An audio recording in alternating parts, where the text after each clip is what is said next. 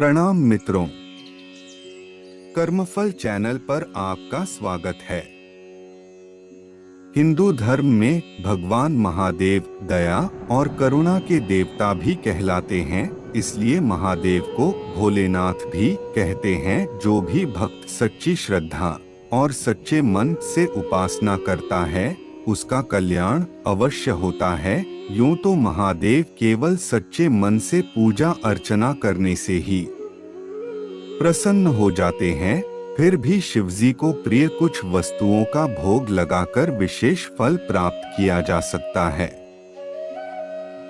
बात भगवान शिव की सबसे प्रिय चीजों की आती है तो उसमें सबसे पहले बेलपत्र का नाम आता है। भगवान शिव को बेलपत्र अति प्रिय है और शिवलिंग पर बेलपत्र चढ़ाए बिना पूजन को पूर्ण नहीं माना जाता। बेलपत्र की उत्पत्ति कहाँ और कैसे हुई, आइए जानते हैं।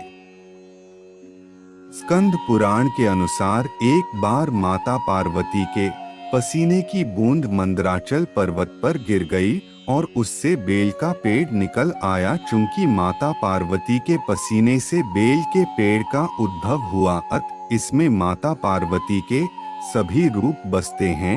वे पेड़ की जड़ में गिरिजा के स्वरूप में, इसके तनों में माहेश्वरी के रूप में और शाखाओं में दक्षिणायनी और पत्तियों में पार्वती के रूप में रहती है।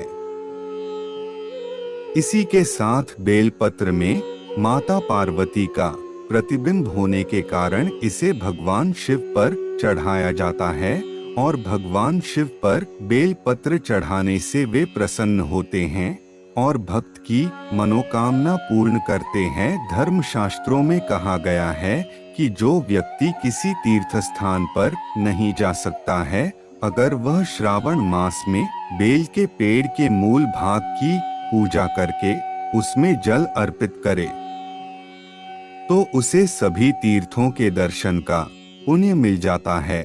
शिव पुराण के अनुसार समुद्र मंथन से निकले विष के कारण संसार पर संकट मंडराने लगा था। तब भगवान शिव ने सृष्टि की रक्षा के लिए उस विष को अपने कंठ में धारण कर लिया था। इससे शिव के शरीर का तापमान बढ़ने लगा और पूरी सृष्टि आग की तरह तपने लगी। इस कारण धरती के सभी प्राणियों का जीवन संकटमय हो गया।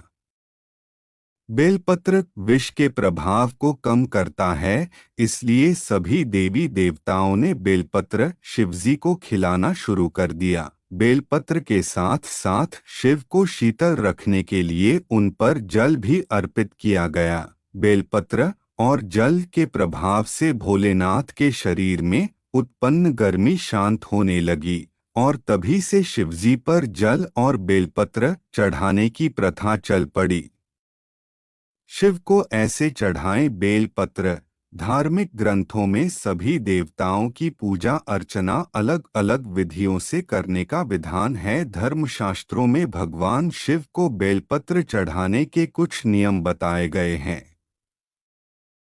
भगवान शिव को हमेशा उल्टा बेलपत्र यानी चिकनी सतह की तरफ का भाग स्पर्श कराते हुए ही बेलपत्र चढ़ाएं। बेलपत्र को हमेशा अनामिका अंगूठे और मध्यमा अंगुली की मदद से चढ़ाएं एवं मध्य वाली पत्ती को पकड़कर शिवजी को अर्पित करें। शिवजी को कभी भी सिर्फ बेलपत्र अर्पण नहीं करें, बेलपत्र के साथ जल की धारा जरूर चढ़ाएं। बेलपत्र की 3 पत्तियां ही भगवान शिव को चढ़ाएं। ध्यान रखें पत्तियां कटीफटी न हो। कुछ तिथियों पर बेलपत्र तोड़ना वर्जित होता है। शिव पुराण के अनुसार हर मास की चतुर्थी, अष्टमी, नवमी, चतुर्दशी और अमावस्या को संक्रांति में बेलपत्र नहीं तोड़ना चाहिए। शास्त्रों के अनुसार बेलपत्र सोमवार के दिन बिल्कुल नहीं तोड़ना चाहिए, इससे भगवान शिव रुष्ट हो सकते हैं। ऐसे में पूजा से एक दिन पूर्व ही बेलपत्र तोड़कर रख लिया जाता है। इन दिनों में बेलपत्र तोड़ने से घर में परेशानियां आने लगती है। बेलपत्र कभी अशुद्ध नहीं होता। पहले से चढ़ाया हुआ बेलपत्र भी फिर से धोकर चढ़ाया जा सकता है। स्कंद पुराण के अनुसार रविवार और द्वादशी के दिन बेलपत्र के पेड़ का पूजन करना शुभ माना जाता है। इन दिनों में ऐसा करने से घर में दरिद्रता समाप्त हो जाती है। शिव पुराण के अनुसार बेलपत्र तोड़ने के 6 महीने तक यह बासी नहीं होता है। इसे आप अपनी श्रद्धा के अनुसार शिवलिंग पर चढ़ा सकते हैं। अगर आप मंदिर गए हैं और आपके पास बेलपत्र नहीं है, तो आप मंदिर से दूसरों के चढ़ाए हुए बेलपत्र को उठाकर धो ले और इसे भगवान शिव पर चढ़ा दे। इससे आप पर भी शिव कृपा बनी रहेगी। 3 से कम पत्ते वाला बेलपत्र शिवजी को नहीं चढ़ाएं। केवल 3, 5, 7 जैसी विषम संख्याओं वाले बेलपत्र शिव जी को चढ़ाने चाहिए। माना जाता है कि 3 पत्तियों वाला बेलपत्र त्रिदेवों और शिव जी के त्रिशूल का रूप है। बेलपत्र चढ़ाते समय ओम नमः शिवाय मंत्र का जाप अवश्य करना चाहिए। अगर आप सभी भक्तों को यह वीडियो पसंद आया हो तो इस चैनल को लाइक, सब्सक्राइब और शेयर जरूर करें। हर हर महादेव।